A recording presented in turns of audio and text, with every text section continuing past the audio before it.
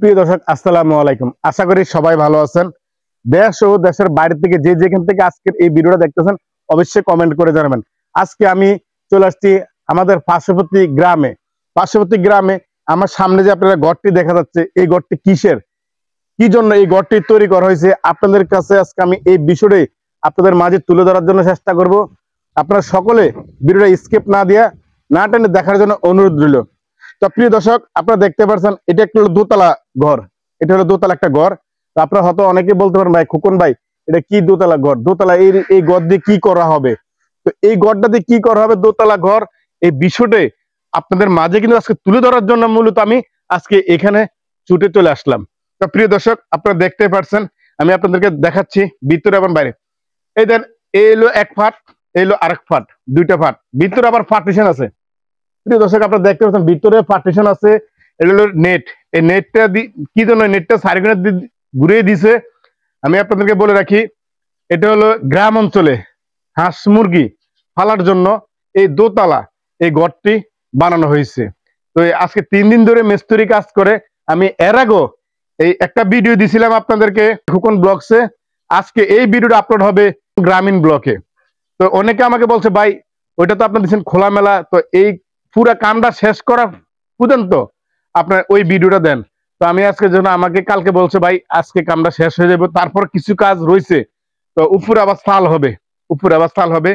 তারপরও যেহেতু আমি এতক্ষণ ধরে থাকতে পারবো না, তারপরও যেটুকু কাজ শেষ হয়েছে এর মাঝে কিন্তু আপনাদেরকে আমি দেখাচ্ছি। তো প্রিয় দর্শক, আপনারা দেখতে পাচ্ছেন এই হলো একটি খুব, এই হলো আরেকটি খুব, এই হলো দরজা। আপনারা দেখতে পাচ্ছেন এই হলো দরজা, এইটাও দরজা।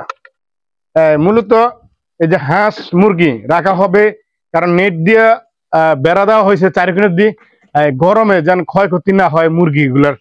প্রিয় দর্শক, আপনারাও কিন্তু গ্রাম অঞ্চলে যারা আছেন তারা কিন্তু হাঁস মুরগি ফাইলা আপনার অনেক টাকা কিন্তু লাভবান হতে পারে। কারণ যেমন একটা হাঁসের ডিম, মুরগির ডিম আপনার বাজার থেকে আপনার কোনো এই ডিমগুলো পাচ্ছেন না, বাজার থেকে আপনার পাচ্ছেন ফার্মের ডিম। কারণ আপনার দেশি ডিম খাইবেন, শরীর স্বাস্থ্য ভালো থাকবে। তো আপনারা কিন্তু চাইলে এরকম করে দোতলা আপনার এই হাঁস মুরগি খোয়ার বানায়া আপনারা কিন্তু এরকম করে হাঁস মুরগি ফালতে পারবেন, অনেক টাকা লাভবান হতে পারবেন। তো প্রিয় দর্শক, যারা খোকন গ্রামীণ ব্লকে নতুন হয়ে থাকেন অবশ্যই পেজটাকে ফলো দিতে ভুলবেন না। দেশের বাইরের থেকে যদি আপনারা ভিডিওটা দেখে থাকেন অবশ্যই শেয়ার করে দিই, 64 জেলার মানুষকে দেখার মতন সুযোগ করে দেবেন।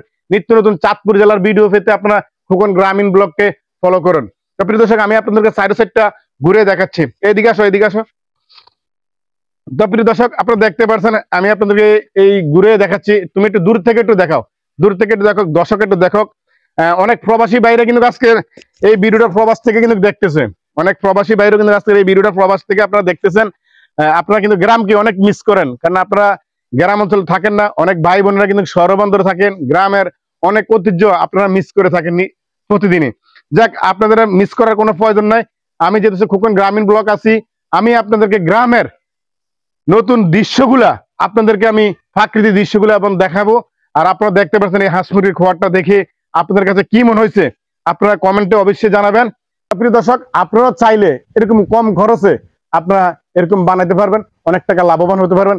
বাড়িতে মা বোনেরা আছে, তারা কিন্তু আপনার এই হাঁস মুরগি ফালার জন্য খুব আগ্রহী থাকে। তো প্রিয় দর্শক, ভিডিওটা আজকে বেশি দীর্ঘতে করতে চাই না, আজকের মতন ভিডিওটা এই পর্যন্ত। দেখা হবে পরবর্তী কোনো ভিডিওর মাঝে।